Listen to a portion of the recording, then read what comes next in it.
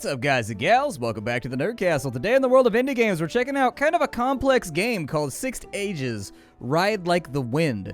It's a game where you are a tribe of people who are the only horse lords, and you're trying to protect that and basically become like the dominant Mongol force on the map through bribery, theft, raiding, diplomacy, growing your wealth, and just basically being a baller. I have played the tutorial and I fiddled around with it for a little bit. I'm not super comfortable with the game because this is a game with a lot of moving parts. Like, if you're into grand strategy games that require your attention on like a lot of things, it's kind of like that, but also mixed with a bit of a storybook narrative. Like, you are the chieftain, and you largely just make decisions and see how the story unfolds. It doesn't seem to me to be a kind of win or lose game. It seems to be more of a just build your clan and see what happens type of deal. Almost like a choose your own adventure novel, maybe. So let's start out.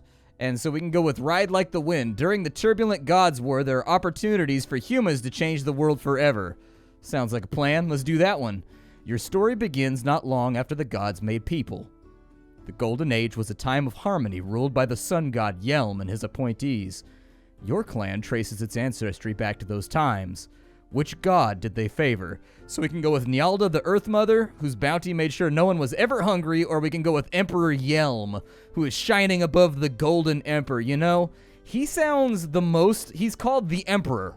So like, my Warhammer 40k knowledge tells me that this is the non-heretical choice, so we will worship the Emperor. We built a shrine to the sun. Later, we made sure to have one whenever we moved. The Golden Age ended when the storm god Umoth forced his way into the world through a flaw in the sky dome. Constantly moving and violent, he rebelled against Yelm. Yelm's celestial sons responded, sending Umoth crashing to his death in the far north.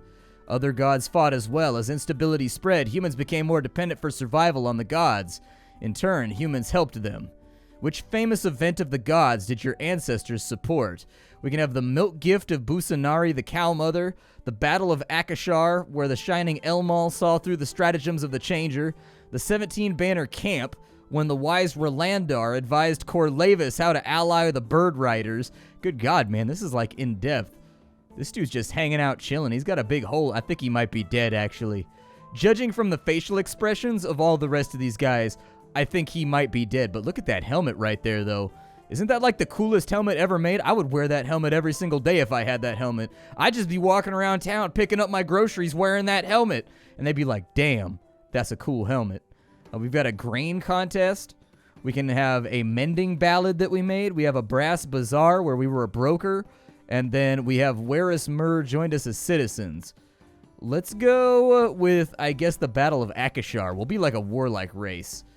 Ever since, men and women of our clan have been steadfast in battle. Nice. Our clan leaders will tend to have higher than average abilities in their combat skill. That's the nice thing about this game. So I was playing it and I was really confused, but the cool thing is every single screen in this game has this little pop-out that essentially explains what happened, how your actions changed the world, and what you should do to like continue that momentum. And so like, I like it. Umoth's son Orlanth led a conspiracy of rebel gods against Emperor Yelm. Armed with the new power of death, he slew Yelm, sending his light into the underworld. When the sun fell from the sky, the empire fell apart. Smaller suns lit the world in Yelm's place. Darkness and sea gods became a threat, but the storm god Orlanth and his violent allies dominated. What was the worst danger that your ancestors faced during that time? Your ancestors expect you to remain true and oppose their enemies. The Ram people who worship Orlanth may prove to be the toughest throw throughout this game. Okay, so we don't like the Ram people. Yeah! Dodge is terrible. I lied. I love my Dodge Dakota. I had a Dodge Dakota for a long time and I really liked it. There's a car called a Dodge Ram. Okay, I'm making automotive humor! You gotta get on board with this, chat. Let's see. We've got trolls fled the underworld to the surface darkness, and they tried to eat our herds. You don't touch my buffalo. Don't touch my buffaloes. The Great Flood drowned the Empire. We helped Anaxiel the Sailor build a great ship and saved our civilization. The War of the Many Suns. The pretenders of the Solar Throne fought to assert control over our Golden City. The Ram people marched on the Empire, razing the city. We helped the Emperor avenge it. That seems like our people expect us to be honorable, so we're going to go with that one. At the field of Herduris, we captured the Iron Ram for the Emperor. The Ram people who worship Orlanth's son Vingot continued to vex us. Okay. Many more gods died as the God War worsened. Hyalor of Navora found the crippled spirit who had once been the winged fanged hippogriff. He saved her from death and made an alliance. Hyalor gave her a new name, Gamari, and she allowed him to ride. Hyalor returned to your ancestors with this secret. They became the first riders. Oh, nice. So that's how we became like a horse people. Storm and Cold continued their conquests. Orlan's barbaric worshippers sacked Ilempur, the Dara Hapan Empire's southernmost city. A great sheet of ice crushed the city of Verapur despite the volcano gods. It ground relentlessly south. The Emperor began building an immense dome to hide underneath. Rather than cower inside, the citizens of Navora chose to move away from the glacier. Your ancestors trained horses to ride, others drove chariots. Everyone had to leave their gods behind. Which god did you bring? Alright, so we can go with the die maker, the glass maker, the brewer, the god of smiths, or the god of writing. We've already thrown our lot in with, like, warriors, and so I feel like a god of smiths is going to help us out. Afterwards, the clan became renowned for their bronze working. The citizens of Navora loaded their possessions and headed in the 4 directions. Your ancestors headed south. They had to fight the plant folk, the stone folk, the ram people, and the trolls. They prevailed and prospered until there was not enough room for all. They divided into 4 groups. One remained, others went west, south, and east. Which was your ancestors? The most dissatisfied, the best magicians, the most warlike, the best herders, the wealthiest. And let's go with the herders, I guess. With their careful husbandry, our herds prospered. To your ancestors, they crossed the mountains to the south. What did they find on the other side? Goat herders? Once our ancestors might have taken the outsiders as slaves, but those days were past. How did you treat the herders? We took them in as citizens. The herders shared the secrets of Uriarda, the goat mother, with the clan. Your ancestors prospered, dividing into new clans several times. The charioteers also grew and moved into your valley. They said the ice was on the move and made war on you. Okay, so we've got to pick our difficulty level. I suppose we'll go with the same as last migration. Sounds good to me. I love the artwork. The artwork is really, really cool. It's got kind of that antiquity flavor to it with the strong brush lines. It's almost got a calligraphic look to it, if that's even a word. It looks like calligraphy, I guess. The 7 families that joined in the ritual to claim their new home. Our clan name, Star Dancer? No, will be the Storm Wakers. There we go. Perfect. And then we have Restorers. That's fine. Your clan history, the first god your people worshipped was... Oh, okay, so it keeps our history right there. Let's start. Okay. In the 7th year of her chieftainship, Shariyu led the entire Stormwakers clan south over the mountains. Many said this would be our last migration, with the ice growing to the north and barbarians to the south. We settled near the untamed Black Eel River, finding new pastures among clans that had moved to the valley earlier. Some were friendly, others less so. It was time to rebuild our relations to our gods and neighbors before we run out of food and the wealth we had stockpiled for migration. We also needed to finish preparations for the farmland and homes. We are known for being the last clan to arrive in the valley. And so these people right here are our advisors. We can click on them and they will tell us what we think we need to do. At the moment, we have 767 herds. We have 10 swordsmen. We have no people who like us, no enemies who fear us. We have 1 enemy that hates us, and we have 1 enemy that mocks us. We also have magic of 8, and so it will give us actions relating to that area throughout the year. So Wild's magic will help our foragers and hunters find food, and our advisors all have their own ideas. So we click on them, and they'll tell us what they want us to do, and then we can make them happy. Let's see here. So to put some magic in fields or in a ritual is a good way to start. You don't need to spend it all. Okay, sounds good. Sounds good. We can look at our saga right there. All right, sounds nice. We'll proceed. Alright, so since you have just moved to the new land, you need to finish making it a home. Items in the menu show what still needs to be done. So on this side right here, our houses are unfinished. We have limited pastures, we have limited fields, and we have a food yield shortfall. So she wants us to build houses. This guy wants us to unify everybody with a venture. We need to add more men to our circle. Our clan's virility depends on it. I would be happy to lead the clan in preparing the fields. We should wait until we are certain we need a specific venture before committing to one. As a reminder, we didn't perform any harmony or health rituals during the sacred time, and let's not forget to start a venture this year. Alright. So this right here is the key that we're going to press in order to put them to one of these tasks on the side. In addition, I think we can also go to the magic menu, and with the magic menu, we can choose a god that we want to be like our guy. And so we've got Busanari, the cow mother, who makes our cattle prosper. We have Dostal, the god of hunting. We have Ikarna, the goddess of trade. We have Elmal, the god of war. We have Arissa, the pacifistic goddess of health and healing. We've got Gamari, the horse goddess. We've got Hyalor, the god of horses and lawbringer. We've got Enila, the goddess of foraging, wife of Dostal. We've got Nyalda, the great earth mother who provides food and clothing. We've got Osara, the flame sister, as a patron of women warriors. We've got Pella, the barley mother and goddess of the land. We've got Relendar, the advisor and teacher. We've got Uriyarda, the goat mother. And then we've also got Zarlen, the bright-tailed wanderer god of explorers. Okay, so we can make a sacrifice or we can build a shrine. My suggestion would be this will bless the fertility of our women, it will enhance our venture effects, and also it will help our basket makers, our crafters basically, and then it will give us hospitality, which means that when we have guests, we can feast more readily. Okay, I kind of felt like she was going to help out with farming. Let's go with somebody that helps with farming for right now. So we've got the cattle mother over there. Who was the one that made us get a bonus? It was Pella. We can bless our barley. Yeah, let's go ahead and build a shrine to Pella. So we can't build a shrine until we learn one of her blessings. Oh, so we have to make a sacrifice first. We'll go with like 3 goods and 3 herds. Pella unveiled the mysteries of blessed barley. Nice. We have an event. Members of the Morkagan clan have maimed one of our young warriors, Taruntak. They are wheel people who share a history, language, and most of the same gods with you. Despite the joint heritage, this is the sort of thing that they sometimes do to your people. Charioteer nobles caught Taruntak, dragged him into a fast-moving cart, blinded him with a punishing solar bolt, then they threw him from the cart so the rest of us could behold the shame that they inflicted.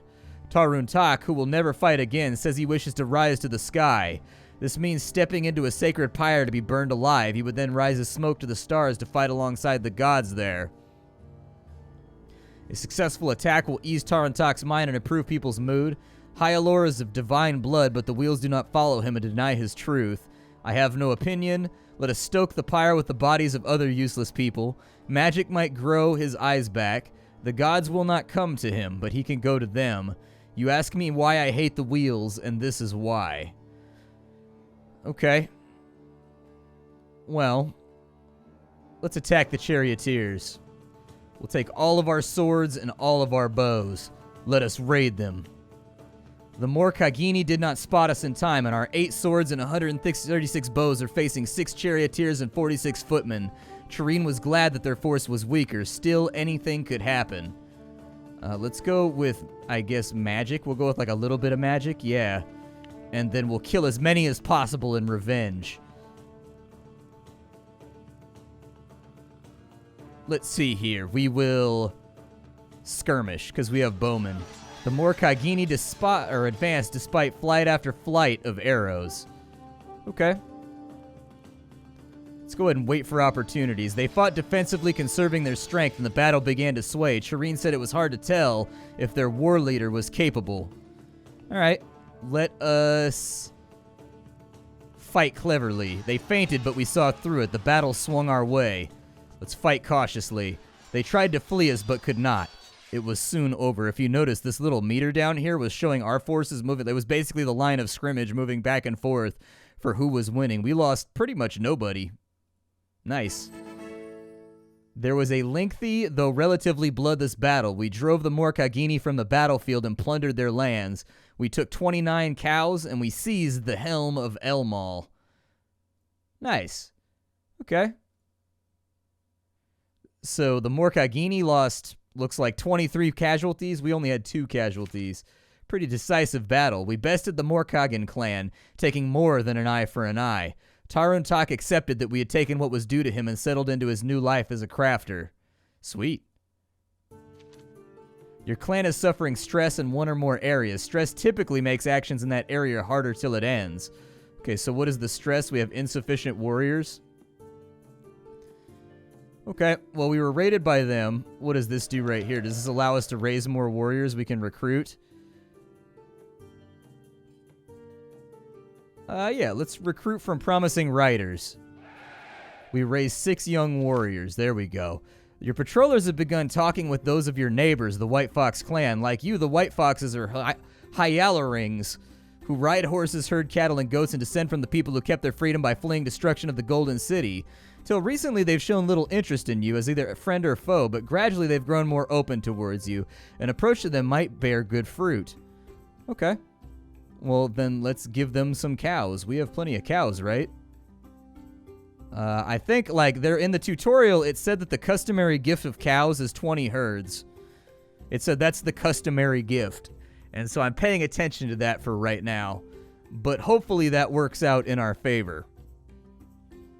The White Fox elders pronounce themselves pleased with your generosity. Your names rattle gloriously in the throats of their singers. See, there we go. That's what I'm talking about. This is why you pay attention to details in this game. There's like culture to this game. Like the world has a culture to it. For example, a customary gift is in the amount of 20. If you give 15, that's considered stingy, but if you give 25, that's considered like a big token of friendship from what I've been told about the game so far. So, what do people want right now? We know the Rams are going to raid us. Elmal wants us a bigger temple. We should build a watchtower. Our crops will grow while we raid if we choose to. We could use more warriors. We didn't perform any battle rituals during the sacred time. There's so many wheel clans to choose between. I don't really care which one, but we need to hit them before they attack us. Okay. Well, I mean, we've got 14 swords right now. They want us to grow... They want us to grow our... Let's go with magic real fast. We can build a shrine to Pella right now. That's totally doable. Members of your Fireflower clan think of you as weaklings, scarcely able to muster enough force to intimidate a flock of geese. Let's do a herd raid, I guess. We'll raid them with what we have. Our herd raid was spotted by their patrols. They are facing 8 swords and 11 bows. Their force is weaker than ours. Okay. We have the Rearing Belt plaque. A gold tablet affixed to an honor belt increases magnitude of victory when defending against a herd raid. Okay. We'll plunder them. Let's go ahead and we will maneuver. We trained to get advantage to the train. They retreated from the field. Oh, well, there you go. They just ran for it? Easy enough. Our success showed the Fireflower clan that we are not to be underestimated. And now we're pointing and I'm like, ha ha. Like we're letting them have like, you guys ran away. What a bunch of little punk asses. Nobody messes with the Stormwaker clan. We are the tribe of the Great Plains, the rider of the big dog. Alright, so we built a shrine to Pella. Elmal wants a bigger shrine. Can we do that right now? So we can build a bigger shrine to Elmal. And Elmal is a god of war. So it'll reduce our wounds in battle, and it'll also make us steadfast in defense. Or we'll get one of these right here. I don't know, like, what iterative it does. Like, we have the little shrine, so we get protection. We might get Flaming Lance. We might get Morale. We might get something else. We should probably do a venture, in all honesty. The clan mood is worried. Yeah, let's do a venture real fast. So the houses are unfinished. Let's expand. Do we have expand the... Let's see here. Pay attention to the cattle and goats. We can guard the herds. We can forage. We can fletch. We can entertain. We can do crafting. We can clear pastures. It says we have limited pastures, so let's do that. Clearing the forest was harder than Zatina expected. An accident with an axe was the worst injury, and all 4 people were wounded, but after much toil, we had new pastures that our livestock could use. Zatina figured that we now had large enough pastures. Okay, we have not done enough to ensure people are fed. Without magic, we can't reliably produce enough food. We do have sufficient food for now, but it won't last if we don't take action. I reckon we will produce less than we eat over the next year. We could ask for Busanara's milk blessing. First, we'll have to sacrifice for the mysteries to earn it. Okay, well, food is low, crop is stressed, we have limited fields. What season are we in right now? So to show the clan's divine magic, you can click the rune towards the bottom of the menu. Magic is shown next to the most relevant screen, although it will affect it too. The members of the High Stallion clan despise you with a fury, usually reserved for wolves and servitors of the darkness. Tell your people that the High Stallion hate should make them proud. They fought charioteers and won. Befriend them. Yeah, we'll throw them a feast. They decline your invitation. Okay, let's try a gift then. We'll give them 10 goods and 10 herds. The elders of the High Stallion clan receive your generosity with stony silence. A bigger gift would have helped, your emissaries say. Your people grumble at the cost of the useless gesture. Lame. So they're clearing pastures for right now. Can I change that at all? Oh, we only get one venture per year. All right. Well, let's check the magic menu. So we have the barley crop that has been increased right there. We can do a ritual. Let's see. A ritual can gain a herd of cows, strengthen the quester, gain a treasure. Abundant game, strengthen the quester. We've got 4 trader. We've got the path guardian. Improve crops, gain cows. Okay, we don't know the sacred story well enough to do an otherworld ritual. Oh. Okay.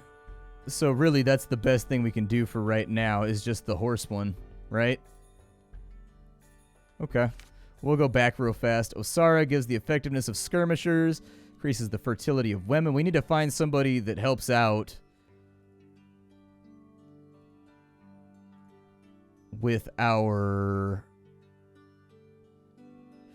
Let's see, we have a food yield shortfall and we have limited fields.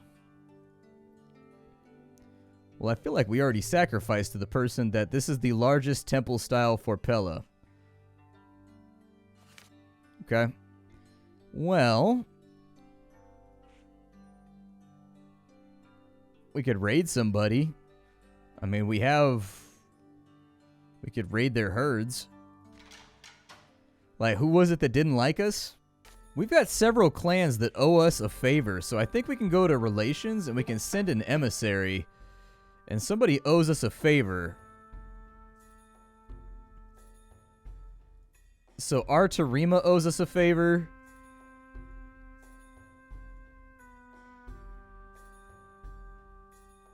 It looks like they owe us a favor.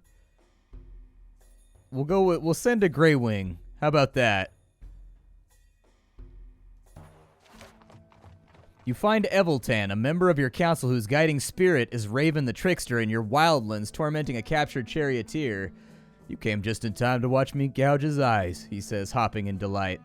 The charioteer from the Urcharkar clan alternately begs for mercy and threatens you with his people's wrath. When asked why he's doing this, Eveltan replies, Raven grew thirsty, so I drew this one here in a cloud of confusion. This guy does kind of seem like a psycho. Let's see. Are people in a mood to see the stranger treated roughly?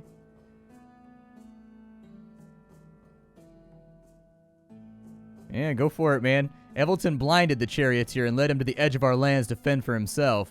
He told the clan, like 4 out of those guys all said it was a good idea. He told the clan that this has greatly enhanced our magic. The people praised his actions. When we put a Raven Shaman on the council, we knew what we were bargaining for. So I guess the Raven guy's kind of a psycho. Every option we picked so far has been really, really cruel from Eveltan.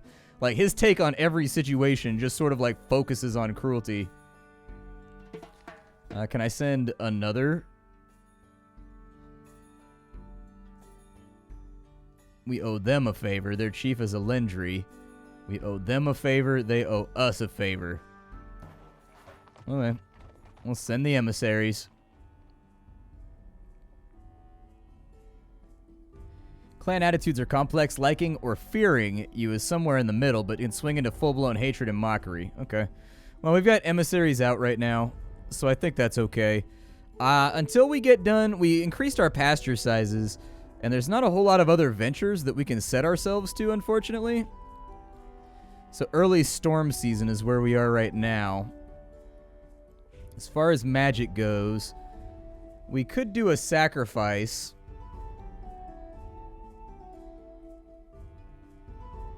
We can tame wild horses. We can get law from Hyalor. Okay. Although it is costing us money to maintain these shrines. I sort of wonder, is there like a tabulation sheet here? Oh, the crop stress came because I was raiding. Gotcha. Okay. Makes sense. What does the Helm of Elmal do? Gets a divine blessing to worshippers of Elmal. Hey, that's us. Odd-shaped rock that sings a lulling song and assures the target of your attack don't blame you for it. I kind of feel like we have like 3,000 animals that we can butcher for food. I don't feel like we're in that bad of a situation.